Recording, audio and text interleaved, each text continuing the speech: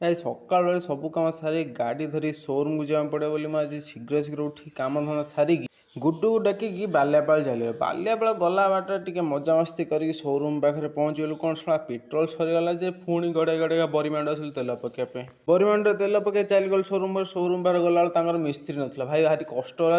ତାର ପଳେଇ ଆସିଲୁ ଘରକୁ। ସେଠୁ ସିଏ ଗୋଟେ ମୋବିଲ ଥିଲେ, ମୋବିଲ ଧରିକି ଚାଲି ଆସିଲୁ ରାମଚନ୍ଦ୍ରପୁର। ରାମଚନ୍ଦ୍ର ପାଖରେ ଭାଇ ଟିକେ ମୋବିଲ ଟିକେ ଚେଞ୍ଜ କରିଦେ। ସିଏ ଟିକେ ମୋବିଲ ତାର ଚେଞ୍ଜ କରିଥିଲା। ତାପରେ କ'ଣ ଶିବୁ ଭାଇ ଟିକେ ଆସିଲା, ତା ହାତରେ ଟିକେ ମଜାମସ୍ତି କରିକି ମୁଁ ଚାଲି ଆସିଲି ଘରକୁ ସିନା ଆସିଲି ବର୍ଷା ଆସୁଥିଲା। ବୋଉ କହିଲା ଯା ନୂଆ ଘର ଶୀଘ୍ର ଯା ସିଡ଼ି ଆଣିବୁ, କାରଣ ଗୁହାଳଟା ଫୁଟି ଯାଇଛି, ଗୁହାଳେ ପୁଣି ପକେଇବା ପଡ଼ିବ। ମୁଁ ଚାଲିଗଲି ସିଡ଼ି ଆଣିବା ପାଇଁ। ବାପାଙ୍କ ସିଡ଼ି ଆଣିକି ଆସୁଥିଲା ବାଟରେ ବର୍ଷା ଟିକେ ଟିକେ ପଡ଼ିଥିଲା। ଘରେ ସିଡ଼ି ଦେଇ ଗାଧୋଇ ପାଧୋଇ ନୂଆରୁ ପଳେଇ ଠାକୁର ପୂଜା, କାରଣ ଠାକୁର ପୂଜା କାଲି ସ୍ନାନ ପୂର୍ଣ୍ଣିମା ଥିଲା, ବହୁତ ଲେଟ୍ ବି ହେଇଗଲାଣି। ଏମିତି ସେଠୁ ଠାକୁର ପୂଜା ସାରି ଘରକୁ ଚଳେ ସ୍ନାନ ପୂର୍ଣ୍ଣିମା ଭୋଗ ଆସିଲା, ପିଠା ଆମ୍ବ ଫାମ୍ବ ଦିଆଯାଇଥିଲା। ବାସ୍ ଖାଇ ଖୁଇ ଦେଇ ନାଦି ଦେଇକି ଚୁପଚାପ ଚାଲିଛି ନୂଆ ଘର ଟିକେ ଶୋଇକି ଟିକେ ବାସ୍ ଫିଲ୍ମ ଟିକେ ଦେଖିକି ସୁଶାନ୍ତି ରାଜପୁତ ବଢ଼ିଆ ଫିଲ୍ମଟା। ତାପରେ ଚାଲେ ବିଲ ଆଡ଼ୁ ସନସେଟ୍ ଦେଖିବା ପାଇଁ ଟିକେ। ଭାଇ ଗାଁରେ